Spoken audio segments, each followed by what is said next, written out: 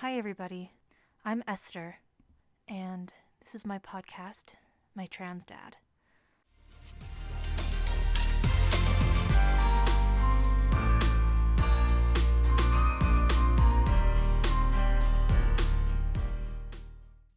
All right, here we are. We're back for episode 5.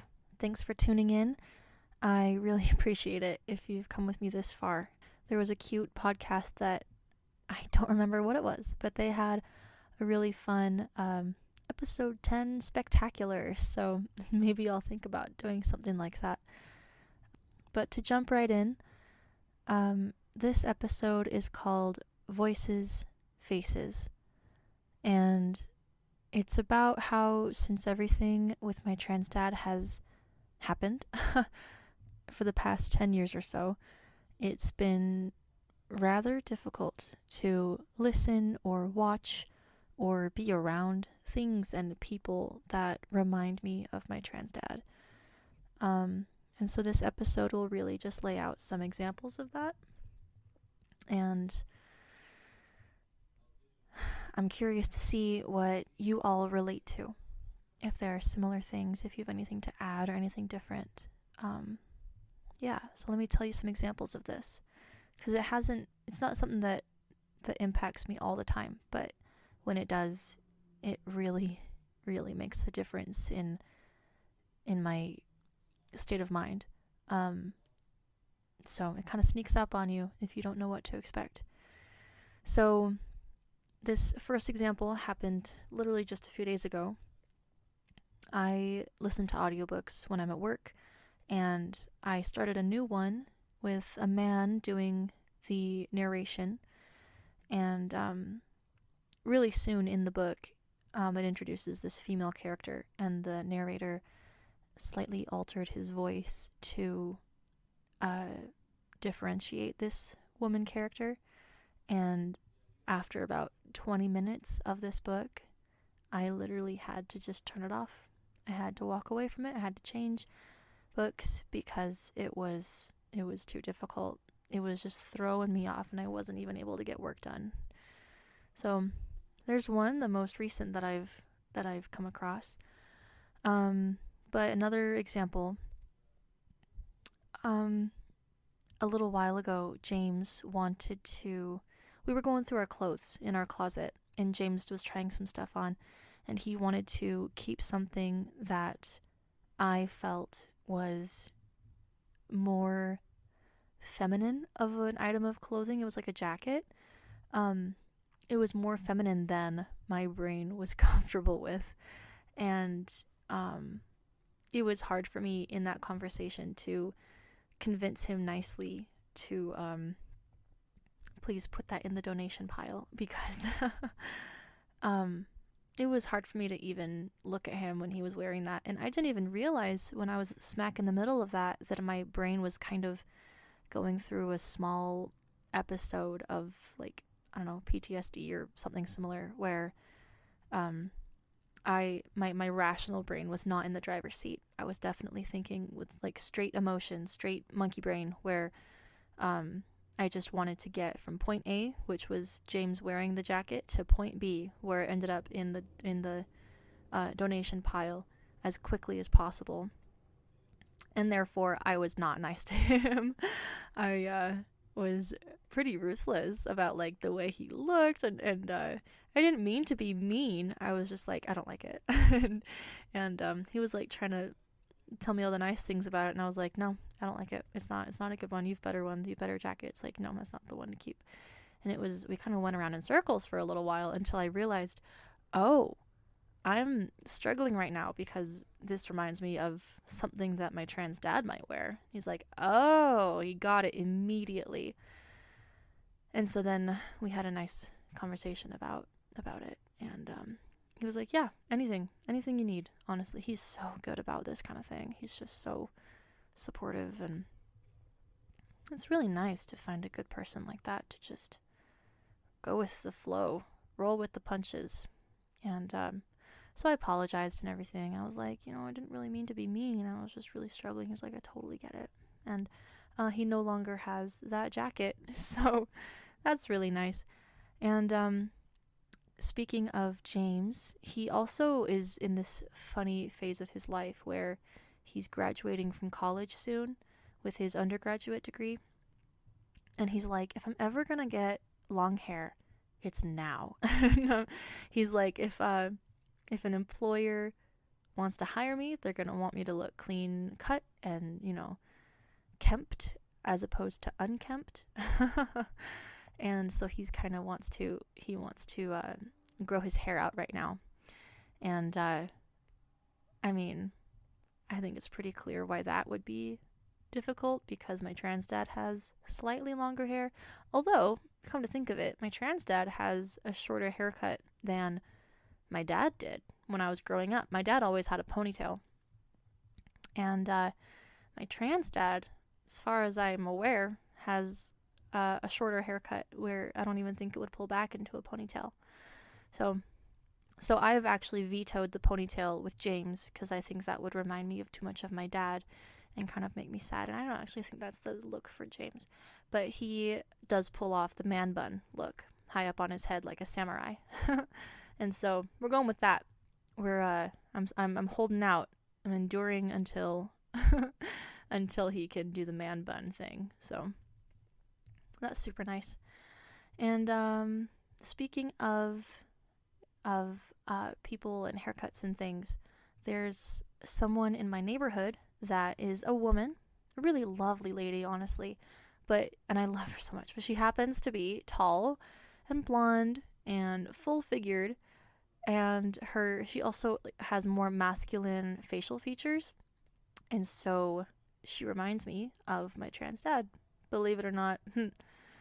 And then, like, from the beginning, I had to do a double take when I met her for the first few times, I think, until I got used to her. It was hard for me to remember her name, which was interesting, but she's just the loveliest person. And then I kind of got used to her, like her appearance, and then she went and got a new pair of glasses that had the same cat eye style that, at least when I knew my trans dad was partial to. So it was weird. It was just weird. That's the word. It was weird to see this person in my neighborhood with this build, like body shape and height and blondness and facial features with these cat eye glasses. And it just was, I don't know, made things kind of difficult for me all over again. And then, you have to put on that face where it's like, no, I love your glasses. They're so cute on you. And it's like making your gut twist. You're like, oh my gosh, I just want to not be thinking of my trans dad right now, So that's something. I'm just rolling through this list of examples that I made. The next one happened just a couple weeks ago, where James and I were out with some friends, and we were choosing a movie to watch for the night, and my friends suggested the movie White Chicks, which is apparently hilarious and has Terry Crews in it, and I like Terry Crews a lot. I have a lot of respect for that man. But I'd never seen White Chicks before. I still haven't, and likely never will, because, I didn't know the plot, and they told me the plot, and, I'm debating right now if I should tell you the plot.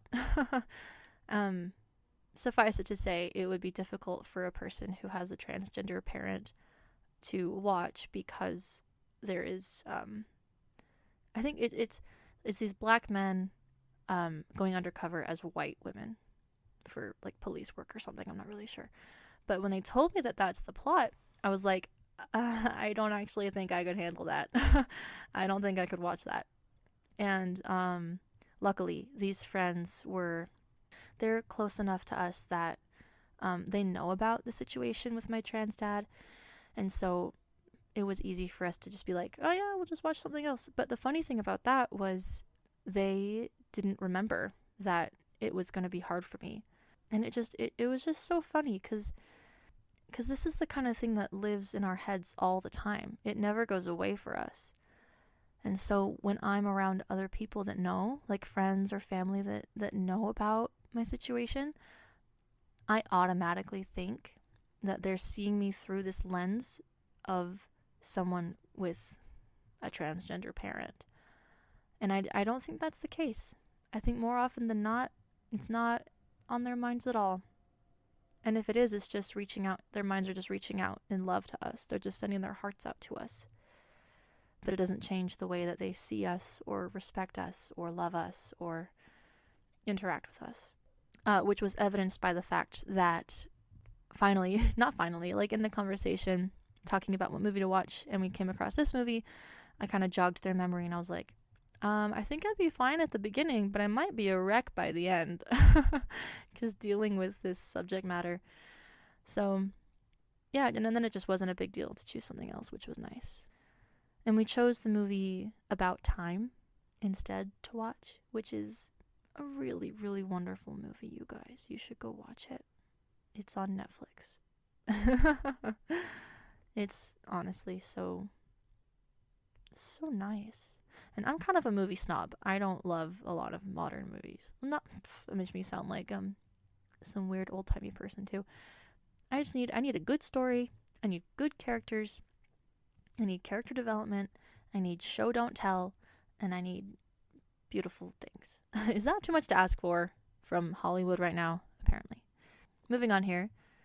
I probably have mentioned this before, but the first thing that made it really, really hard for me to watch, the first thing that was really hard for me to watch was a play that we went to go see about 5 hours after I had the initial conversation with my mom about my dad. And that play is called Charlie's Aunt, or Charlie's Aunt, depending on what strikes your fancy with pronunciation. Yeah, I was in the car with my mom and she told me about my dad. And then about 5 hours later, I was sitting in this theater watching this hilarious comedy about these two men who cross-dress so that they can, I don't know, trick people or work their way into high society or something, or parties. And I was just sitting there in that theater. I was just so miserable. I was having none of it. And I was honestly, looking back, I was in shock, and I couldn't believe that anybody would have found that funny. But I sat through it, and then later on in the evening, I also sat through my lovely cousin, who I adore, and she knows this, that she kept talking about how funny it was. She thought it was a riot. She thought it was just so clever and well done, and it probably was. This certain theater production, they always do a good job, but I just had to sit there and listen to it and try and play along. And again, I had to put on a face. I had to try and pretend that I was having a good time with her. And I being 5 hours into this, it was way too much to ask. And my poor mom, she didn't know what that show was about. I think we had bought tickets way before there were any plans to talk about my trans dad. So it was what it was. I kind of looking back, I kind of wish that she had like taken me out of the show. Although I guess she would have had to explain to people who didn't know the situation yet why she did that, and that would have been very hard for her. So we were stuck between a rock and a hard place right there. So it's all right. We're working through it. Something else that is rather difficult is anybody who happens to share the same name as my trans dad is difficult to talk to or even to read the name. It kind of sends a jolt through my brain where it's like, oh my gosh, there's that person. And it has this effect where it's a surprise every time. It definitely takes me a second to sort of recalibrate after reading my trans dad's name, or even my dad's name, the male name. That can be difficult. Like, and this actually was seen recently in my job too. I was looking over a contact list for an email we were sending out, and someone on that list had my dad's man name and my trans dad's chosen last name, which threw me for a loop. I was like, those are two worlds colliding, and it was so strange. wrapping up a little bit now. I know this is a shorter episode, but this is what I got, and it's all just real. So, almost done here. When I watched the movie What Is a Woman, I think what's that guy's name? His name is Matt Walsh. He's the guy who did that movie. He's like a conservative guy. I was very interested to see that movie, and I'm glad I did. But it completely wrecked me for a few days after I saw it. James and I watched it with a couple of friends. This was a few years ago, and these friends didn't know the situation about me, and so I had to pretend like things were funny or, whatever. And I was just sitting there suffering. I think that's kind of the theme of this episode is like, sometimes we kids of trans people, we sit there and suffer and pretend to laugh. And it's not fair to us. We shouldn't have to do that. If things are funny, they should be funny. They shouldn't be digging up trauma. Jeez Louise. But anyway, sitting there with these friends, this was probably the worst reaction I've had. Well, hard to say because my Charlie's Aunt thing was pretty bad.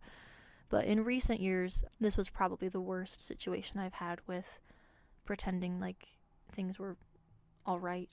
Sitting there with those friends, my anxiety was just totally spiking, and I had a lump in my throat the whole time.